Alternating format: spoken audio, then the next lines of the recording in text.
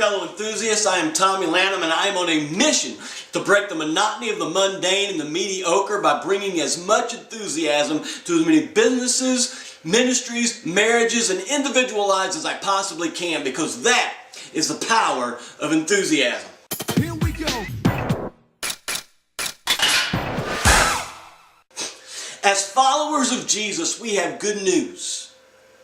We have good news because in 2 Timothy chapter 1 verse 7 it says this: "For God did not give us a spirit of timidity, but a spirit of power, love, and self-discipline." Those are three characteristics that can help us in moving toward our goals. You talk about three characteristics that every entrepreneur needs. It is those three. The spirit of power. We need the power to be able to move forward. It's not always going to be easy. That's why everybody is not an entrepreneur. But if you have the power to move forward, you can do it anyway. The spirit of love. Do what you do because you love it. Do what you do because you love other people. Do what you do because of your love for God. What I'm encouraging you to do is to follow your God-given purpose. And that is not a selfish desire. We're not doing this just to be rich. We're not doing this just so that we can have these accomplishments. We're not doing these things so that people can look at us and think, wow, look what they've done. We're doing this out of love. And you know what? If you're not following your dreams and achieving your goals out of love, there's not much I can offer you. The people I am talking to are the people that love what they do and love who they do it for. We need the spirit of love and the spirit of self-discipline. That discipline to be able to do what you need to do when you need to do it, and the ability to say no to the things you don't need to do when you don't need to do them. That is self-discipline. It is that courage to move forward, because you see, we don't have the spirit of timidity, the spirit of fear, the spirit of worry. We can keep moving forward. I love the quote by John Wayne. Howdy, Pilgrim. Courage is being afraid, saddling up anyway.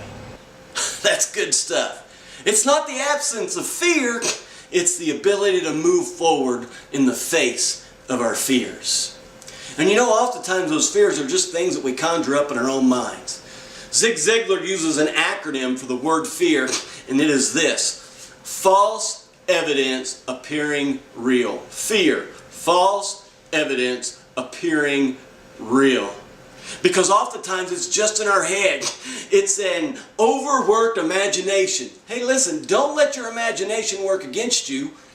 Allow your imagination to work for you. Use your imagination not to come up with fears that aren't really there. Use your imagination to come up with solutions for the fears that are there. Don't worry about all this other stuff. When real fears come face to face with you, you will recognize them. There is no need for us to start dreaming up fears that are not really there. We need to step out of our comfort zone, because we know that when we step out of our comfort zone, eventually that comfort zone will follow us. And then we step out again and it follows us again. And over time, our comfort zone begins to expand and expand some more. So as you're walking or running or sprinting toward your dreams, toward your goals, toward your God-given purpose, remember these three powers. It's not the spirit of timidity. It's not the spirit of fear. It's not the spirit of worry. Here we go. The spirit of power. Having the power to move forward in the face of our fears. It's a spirit of love. When we're doing it out of a love for what we do and a love for who we're doing it for, then we're more equipped to be able to work through those fears and to keep moving forward. And it's the spirit of self-discipline. The ability to say yes to the things that we need to do when we need to do them, and the ability to say no to the things we don't need to do when we do not need to do them. That is self-discipline.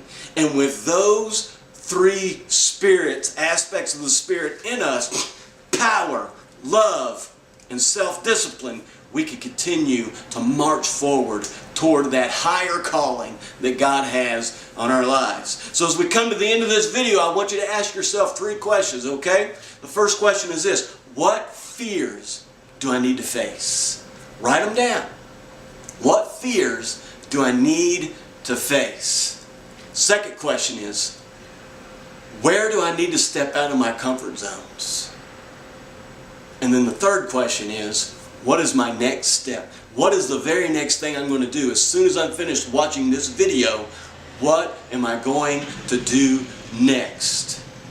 And when you have the spirit of power, love, and self-discipline, you can honestly answer those questions and continue to move forward. That's my encouragement to you as you feed your enthusiasm.